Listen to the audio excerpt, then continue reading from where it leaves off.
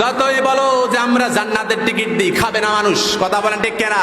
কারণ আমরা জান্নাতের টিকিট দেই না। আমরা বলি ভাই নামাজ পড়লে জান্নাতের পথ, রোজা রাখলে জান্নাতের পথ, আকিমুদ্দিন কোরআন সুন্নাহর কাজ, কোরআন সুন্নাহর আইন কায়েম যদি করে এটাই জান্নাতের পথ, দাওয়াতি কাজ করা জান্নাতের পথ, আত্মসমালোচনা করা, সামাজিক কাজ করা, এগুলো হলো জান্নাতের রাস্তার কাজ। আমরা এগুলো করাই, তুমি তো বলবাই, কারণ তুমি দাঁড়ায় সিগারেট খাওয়া, তোমার টেম্পো স্থান যায় চেন খুলে দাঁড়ায় প্রসাব করে।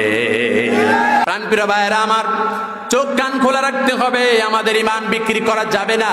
আল্লাহ তাআলা বলছেন শোনো, ঐক্যবদ্ধ হওয়ার পর তোমাদের কাজটা কি সে কথা রব্বুল আলামিন সূরা নিসার 58 নম্বর আয়াতের মধ্যে বলেছেন। পড়ুন আমার সাথে, ইন্নাল্লাহা ইয়া'মুরুকুম আন তুওয়াদ্দুল আমানাতি ইলা আহলিহা। রব্বুল আলামিন বলছেন ইন্না, নিশ্চয়। ইন্না হলো superlative degree definite article. A and the কে আর্টিকেল বলা হয়, ডি কে ডিফিনিট আর্টিকেল বলা হয়। ইন্না, আন্না, কান্না, লাইতা, লাকিন্না, আল্লাহ, এগুলো হলো হরফে মুশাব্বাহ বিল ফাইল। আল্লাহ বলছেন 100% গ্যারান্টি দিলাম, অথেন্টিক করে দিলাম।